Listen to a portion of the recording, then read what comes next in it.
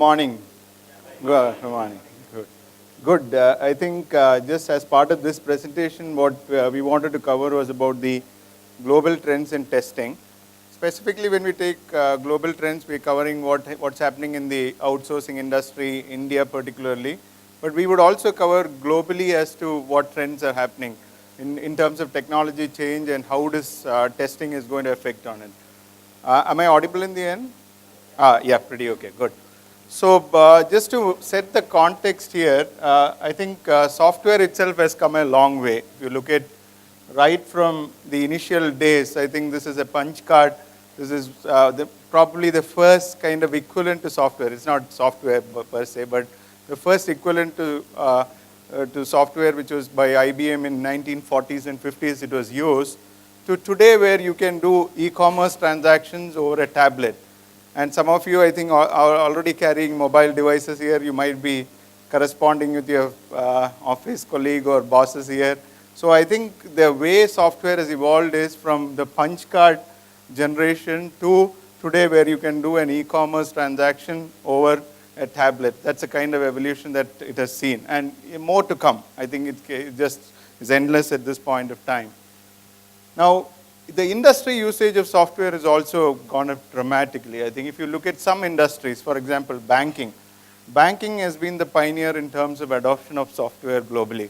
So banking spends almost like 10% of their top line on software. So they're not just software. When I say software plus infrastructure plus the whole of IT.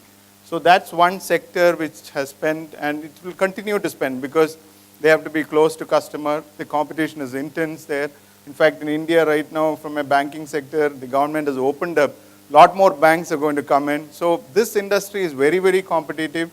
And if they have to be in the level playing field, they need to invest significantly in technology. So this is one industry, just to take some of this. The second is an automotive industry.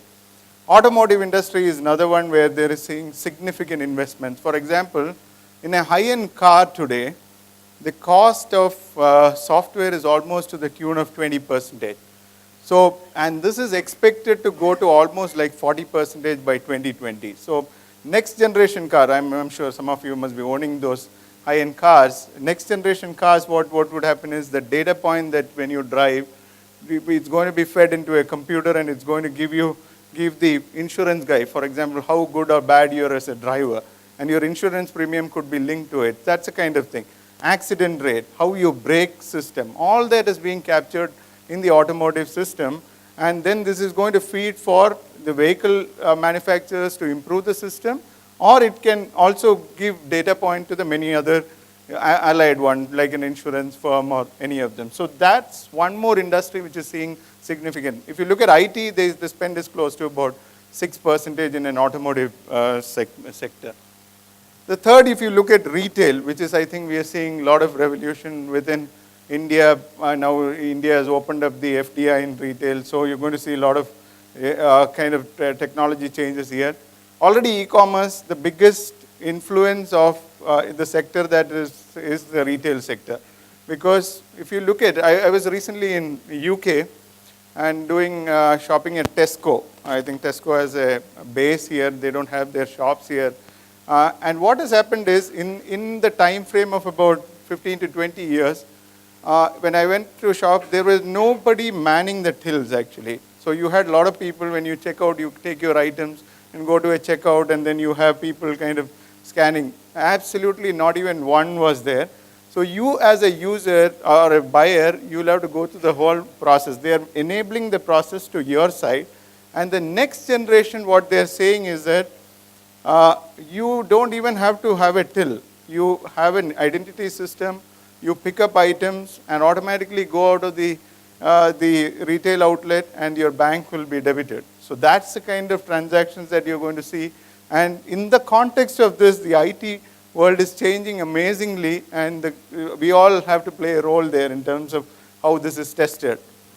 Now, not just in pure play industry, but some of them are very mission critical. For example, a NASA space station, you just cannot make any error in this kind of situation. Or you look at medical device as an industry where I think these mission and safety critical one, the errors, the margins of errors are significantly lower. And even these industries, or a space station is completely controlled by software. A medical device is these days is completely software, and it plays a very, very critical role about the quality of software that's running these systems. Now, the other part of this is it's very, very interconnected globally now. So if you look at way back, maybe about 10 to 15, this is in fact the first Motorola phone that was there. In 60 seconds, you could actually dial to one person. But today what's happening, in 60 seconds, you can kind of transgress across the globe. There are so many Facebook posts, there are Twitter feeds, so many emails that are happening, and this is across multiple, it's across different countries and geographies. That's a kind of network globe right now it is. And in the context of this software, while it is becoming critical to industry, it's also becoming very, very connected. So that's just the context I wanted to place here. And in this context of that software becoming critical to industry as well as in an interconnected world, the failures can also be very catastrophic. So I don't want to kind of blame the community of testing for failure, but typically, what happens in an organization is call it a project success, quality failure. So there is always that happens. It's not the right thing. From an external perspective, I think it's the organization that fails. You can't blame anybody for it. But typically what happens is these days, if there is a failure that happens, it is catastrophic in terms of payout. Just to give example is, recently there was a bank in UK, their IT systems were almost down for three weeks. So I'm sorry, I'm not taking any names here, and I don't know whether somebody from that organization would be here. I would be more worried about that. But 3 weeks it wasn't working, and the users of the bank had to go through tremendous problem. In fact, mortgages they couldn't pay out for almost 3 months. People were on holiday. They couldn't pay to the holiday agency. They were stranded in many locations. There were people in hospital. They couldn't pay out. So this is the kind of impact that has. And in fact, the bank had to earmark close to 300 million pounds just as a customer grievance. They had to pay out to the customers. So that's the kind of impact that you're going to see. And if there is an error. And just to bring the context, I want to play a video as well, which gives the context in a better sense. For small prices to pay for the convenience. But in high-tech and high-speed military and space program applications, the smallest problem can be magnified into disaster. On June 4th, 1996, scientists prepared to launch an unmanned Ariane 5 rocket. It was carrying scientific satellites designed to establish precisely how the Earth's magnetic field interacts with solar winds. The rocket was built for the European Space Agency and lifted off from its facility on the coast of French Guiana. At about 37 seconds into the flight, they first noticed something was going wrong, that the nozzles were swiveling in a way they really shouldn't. Around 40 seconds into the flight, clearly the vehicle was in trouble, and that's when they made the decision to destroy it. The range safety officer, with tremendous guts, pressed the button, blew up the rocket before it could become a hazard to public safety. This was the maiden voyage of the Ariane 5, and its destruction took place because of a flaw embedded in the rocket's software. The problem on the Ariane was that there was a number that required 64 bits to express, and they wanted to convert it to a 16-bit number.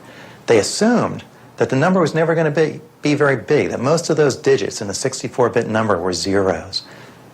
They were wrong. The inability of one software program to accept the kind of number generated by another was at the root of the failure. Software development had become a very costly part of new technology.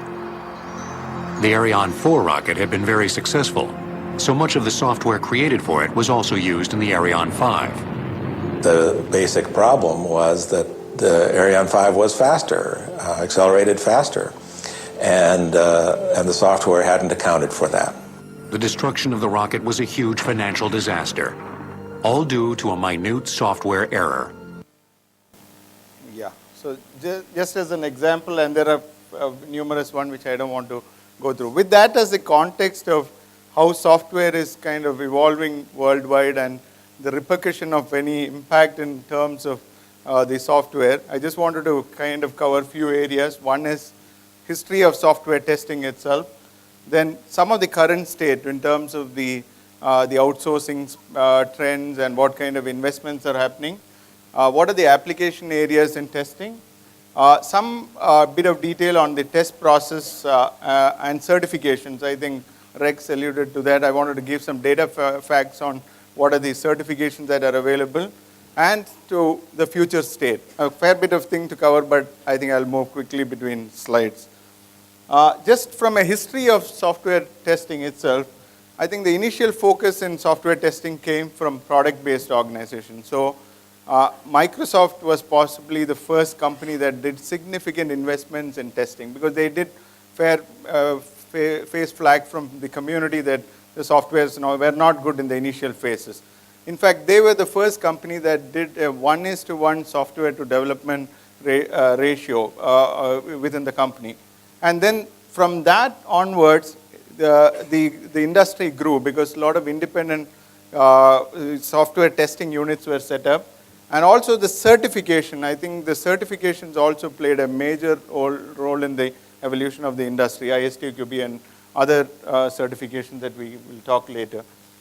A lot of pure play testing companies started up. I think some of the biggest ones are out of India. For example, there's a company called App Labs. And they were one of the biggest in terms of they had 5,000 testers within the company because recently it was acquired by CSC.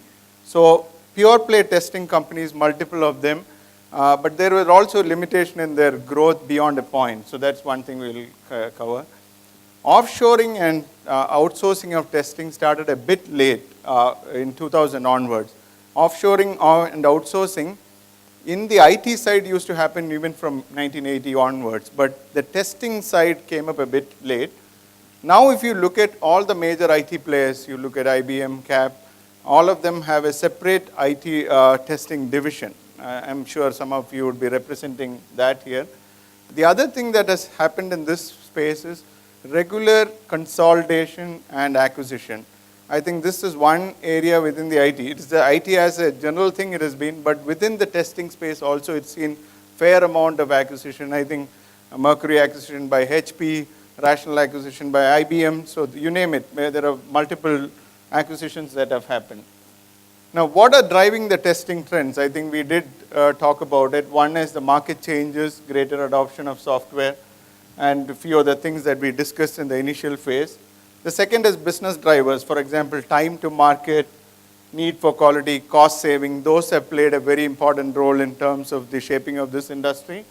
Third is the IT environment. For example, the latest ones in terms of mobility, cloud computing, and how is that shaping testing. So that's the third dynamics of it.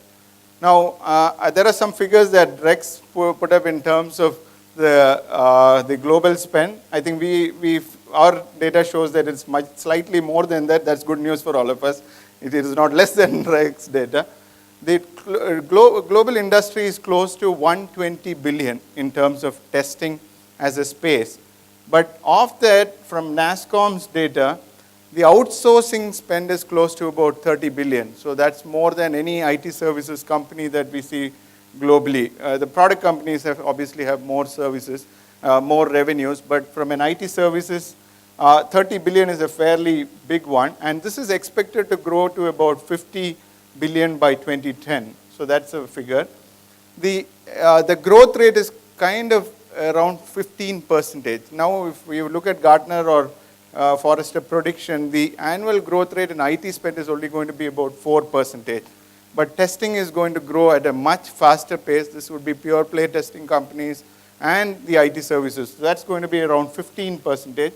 Some of the sectors that are seeing significant spend is BFSI, always they're the leaders in spend, telco, life sciences, retail, government, and manufacturing. And one sector possibly you might want to look at is the government.